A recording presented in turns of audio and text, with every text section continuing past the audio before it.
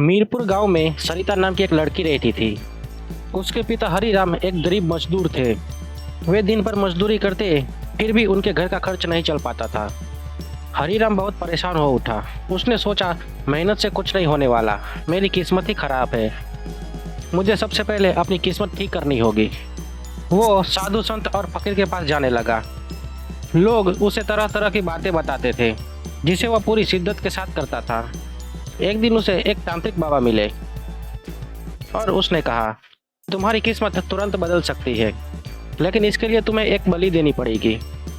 वो बलि तुम्हें रात 12 बजे इसी शमशान में आकर देनी पड़ेगी। हरिराम ने अगली रात एक बकरी लेकर आया। वह उस बकरी की बलि देकर चला गया, लेकिन उसके जीवन में कोई बदलाव नहीं आ रहा था। एक दिन फिर वह उसी तांत्रिक के पास गया। उस तांत्रिक ने पूछा, तुमने किसकी बलि दी थी? हरिराम ने कहा, मैंने एक बकरी की बलि दी थी। उसकी बातों को सुनकर तांत्रिक गुस्से से लाल पीला हो उठा और उसने कहा, बलि दिए हुए मांस को मैं खाता हूँ, मुझे इंसान का मांस ही चाहिए। तुमने मेरी साधना भंग कर दी है, जिसकी सज़ा तुम्हें मिलेगी।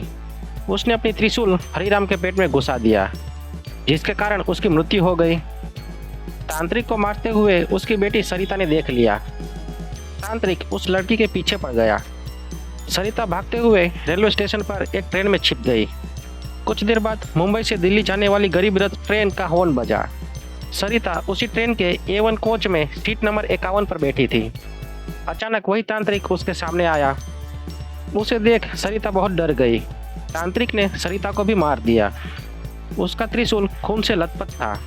उसे देखकर सभी यात्री सहम गए थे। तांत्रिक चलती ट्रेन से नीचे नदी में कूद गया और वो तैरकर नदी से बाहर निकल गया। अगले स्टेशन पर ट्रेन रुकी। सरिता की लाश को उतारकर पोस्टमार्टम के लिए भेज दिया गया।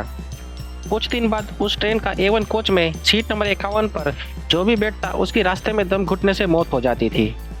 इसी तरह गरीब रथ के उसी कोच में 51 नंबर सीट पर कई मौतें हो चुकी थी। एक दिन उसी ट्रेन के A1 कोच में 51 नंबर सीट पर एक बच्ची बैठी थी। उसके सामने वाले सीट पर एक फकीर बाबा बैठे थे। बाबा को तंत्र विद्या का बहुत ही ज्ञान था। बीच रास्ते में उस लड़की का दम घुटने लगा। वो अपने गले को पकड़कर बैठ गई। उसे ऐसा लग रहा था मानो कोई उसका गला दबा रहा हो। फकीर बाबा को बात समझने में देर नहीं लगी। उन्होंने अपने थैले में से एक चमत्कारी पत्थर निकालकर उस लड़की को दिखाने लगाए। लड़की ने फकीर बाबा पर हमला कर दिया, जिससे बाबा नीचे गिर गए।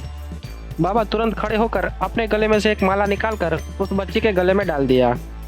माला डालते ही शमशान में बैठा तांत्रिक आग से जलने लगा।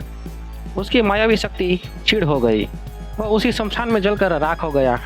अब जो भी उस ट्रेन की 51 नंबर सीट पर बैठता, तो कोई भी प्रेतात्मा परेशान नहीं करती थी।